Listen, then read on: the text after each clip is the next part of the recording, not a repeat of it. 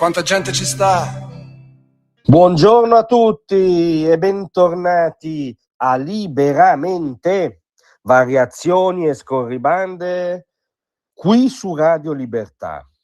Allora stamattina proviamo, per orientarci in questo caso pazzotico di cronaca, ad appenderci a un famosissimo detto latino, cioè che sgorga dalla cultura che ha introdotto lo ius, il diritto, nelle vicende umane, e ne ha fatto una delle fondamenta della civiltà occidentale. Il detto famosissimo è summum ius summa iniuria. Lo cita ad esempio Cicerone nel De Officiis, evidenziando la necessità di interpretare le leggi in base a un principio generale, direi umano, esistenziale, di giustizia, piuttosto che attenersi rigidamente alla lettera del codice applicata in modo acritico nel singolo caso.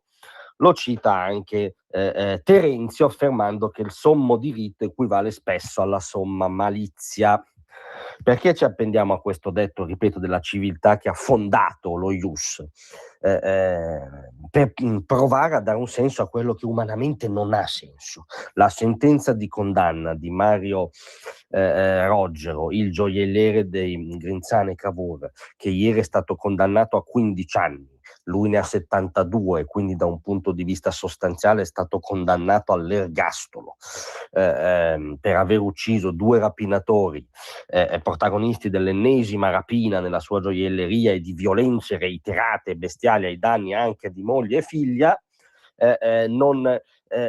Nessuno ci convincerà che abbia una parvenza di senso, perché per carità i giudici della Cassazione avranno ritenuto, esaminando il caso seduti nella comodità dei loro uffici, sezionando il fotogrammi minuto per minuto, avranno fatto dei ragionamenti, dei teoremi molto razionali sul fatto che i rapinatori erano usciti, stavano tecnicamente scappando quando Roggero ha sparato, quindi si era in quella frazione di secondo in cui si era usciti dalla percezione del pericolo, che non era più giustificata, e in quella frazione di secondo in cui non ci poteva più essere uno stato di turbamento, nonostante fino a un secondo prima, e lo racconta Roggero, la figlia avesse i polsi legati e una pistola puntata,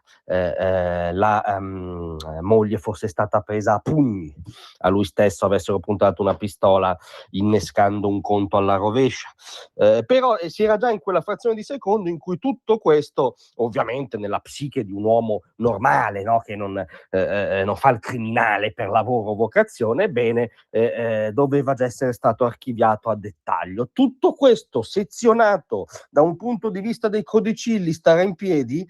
Bah, non lo sappiamo. I giudici della Corte hanno ritenuto di sì, nonostante ci sia una legge che ha ampliato già assai i paletti della legittima difesa, soprattutto grazie all'iniziativa politica della Lega. Quello che sappiamo è che in ogni caso anche dal punto di vista di chi vuole dire sta in piedi a rigor di codice, è comunque un caso in cui il sommo diritto è somma ingiustizia, perché questo lavoratore, questo nonno che ha 8 nipoti, che voleva vederli crescere, il suo sogno principale era vedere crescere i nipoti, questa persona che aveva subito svariate rapine, i cui familiari erano stati oggetto di svariate violenze, che aveva appunto appena visto un trattamento bestiale inflitto a moglie e figlia da parte di questi criminali,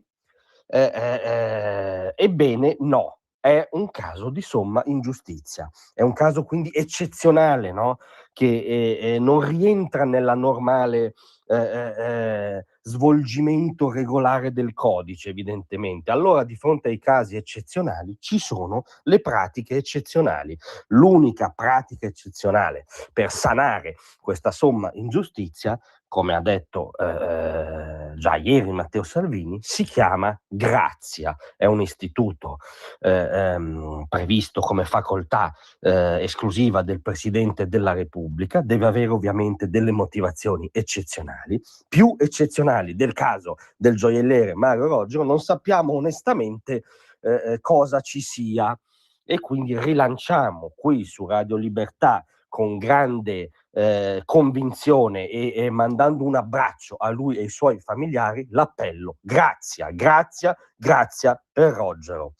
Grazie a tutti, vi aspetto stasera alle 18.